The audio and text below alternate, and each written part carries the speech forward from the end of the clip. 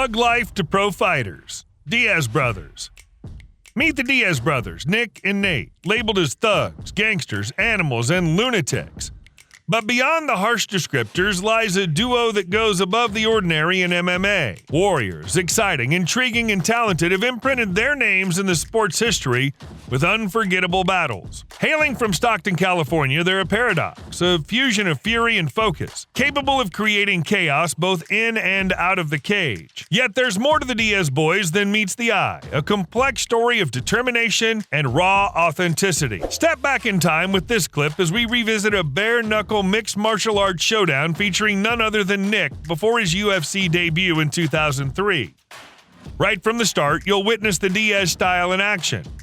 Back in those days, Nick's boxing skills were a work in progress, but it was his Brazilian jiu-jitsu, even at this early stage, that truly stood out. Watch how effortlessly he welcomes the takedown, a signature move both in Nick and Nate's fighting style. Despite holding his ground in stand-up exchanges, it's Nick's submission abilities that steal the spotlight.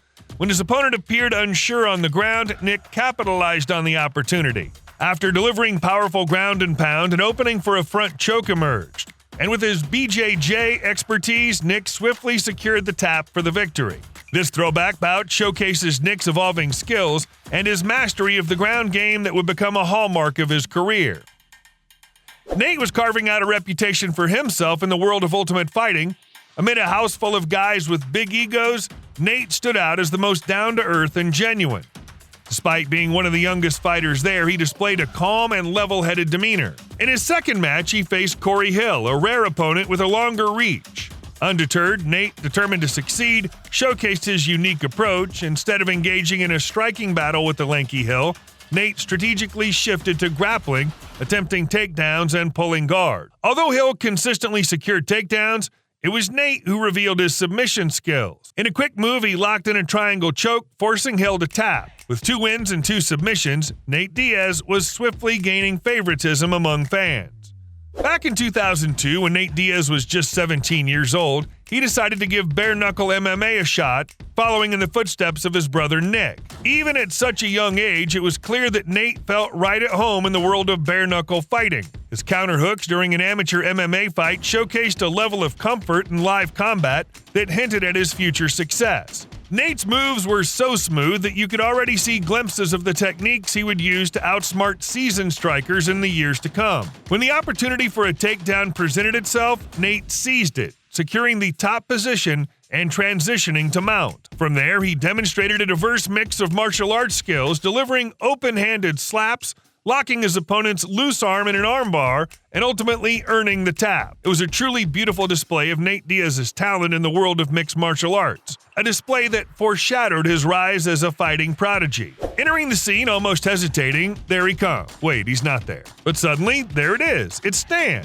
What a good call to stop. Yeah, I didn't think Nate would escape that. At just 20 years old, Nate made his WEC debut facing Gil Royale in his first fight. Whether it was nerves or a simple mistake, Nate gave up his back early on, got taken down, but eventually out-wrestled his opponent, ending up on top. From there, it was a relentless attack. This guy had no way out. Once the ref saw this, he promptly stepped in and called off the fight. A triumphant debut for Nate Diaz in the WEC, signaling great things to come from this promising talent in the 155-pound division. Now let's talk about Nick's semifinal match against Adam Lynn. This was a very crucial fight because the winner would move on to the finals against Victor Jeremy Jackson. Even at this early stage in his career, Nick displayed impressive calm and confidence on his feet, much like his brother Nate. Although he hadn't fully honed his boxing skills yet, there was a natural grace to his movements that hinted at his solid training. The real standout moment came when Lynn made the mistake of going for a takedown. That's when Nick's skills shone brightly. Seizing the opportunity, Nick smoothly transitioned into a fight-ending submission,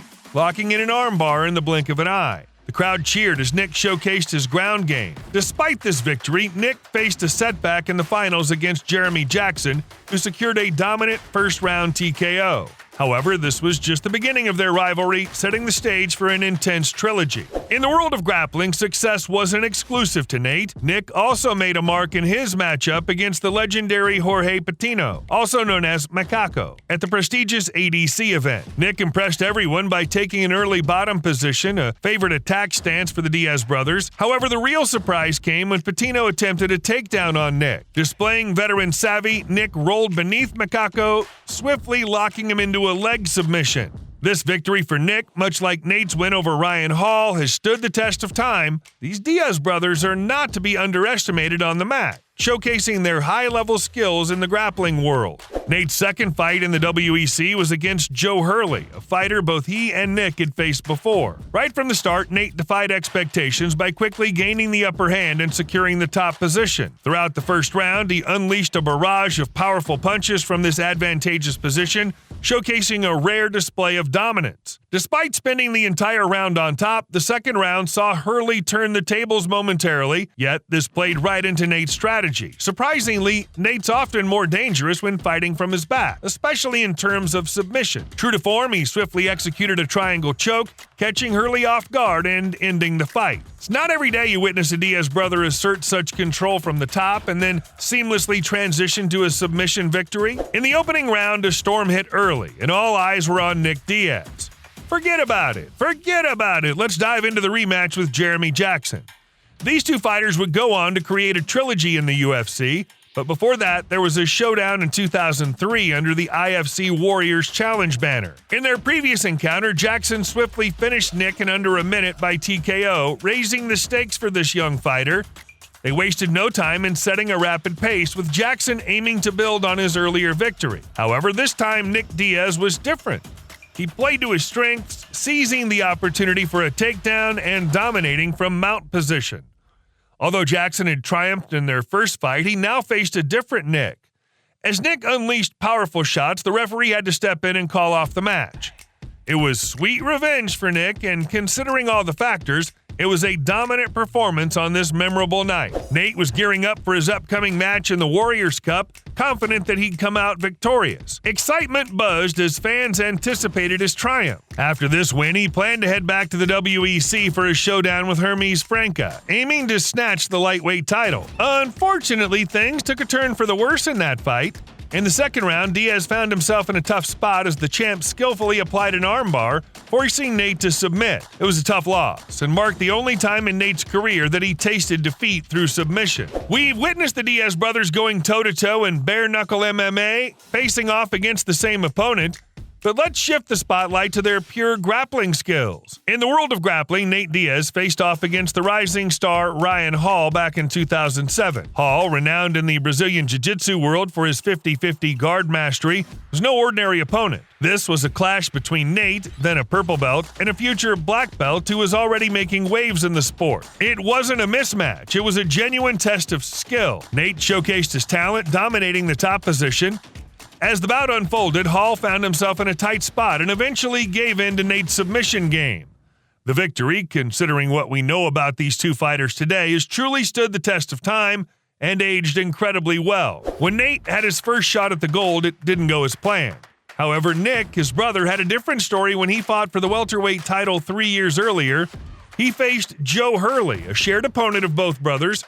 Right from the start, Nick took control with a powerful counterpunch that dropped Hurley within seconds. It was a dominant performance, and with Nick in control, the outcome was clear. Unlike Nate, who took a bit longer, Nick sealed the deal with a decisive sub-2-minute Kimura, earning him the WEC welterweight gold. This victory not only showcased Nick's skills, but also set up a future bout with an old rival. In 2007, Nick Diaz was already a big deal in the MMA world, known for his victories in the UFC and beyond. When his little brother Nate joined a lightweight season of The Ultimate Fighter, everyone saw him as Nick's sibling. Little did they know how skilled Nate was. Facing Rob Emerson in the first round, Nate brought all the pre-fight confidence you'd expect. Despite Emerson enduring multiple arm attacks, he didn't give up. Nate, just 21 years old, was strangely confident. In the second round, he mounted Emerson, effortlessly landing shots. The barrage became too much for Emerson, who turned over, exposing his back Diaz seized the opportunity, locking in a rear naked choke. And just like that, Nick's little brother had officially arrived on the big stage. Now let's catch up with Nick as he goes after the welterweight title in a thrilling 8-man bracket. His first opponent in this quest is Blaine Tyler in the opening round. Right from the start, we witnessed some classic Nick moves on the ground. It's a bit stupid how Blaine managed to endure Nick's tight armbar in the first round without tapping out. However, in the second round, things took a turn. Nick dominated the fight, showcasing his skills, especially in ground and pound. After securing the mount position, Nick delivered a series of powerful strikes, leading to a clean TKO victory. This win not only advances Nick to the next round, but also solidifies his spot in the Grand Prix. As we conclude today's video, we eagerly await your feedback and thoughts about the content we presented. Your opinion matters greatly to us, so don't hesitate to share it in the comments section below. If you enjoyed watching this video and found it valuable, we'd greatly appreciate it if you could show your support by giving us a thumbs up. Also, consider subscribing to our channel to stay updated with our latest content. If you find the information we provide useful, don't forget to share this video with your friends and family so they can benefit from it too. Make sure to press the bell icon to receive notifications about our upcoming videos. Until then, stay tuned, take care, and thank you for being a part of our community.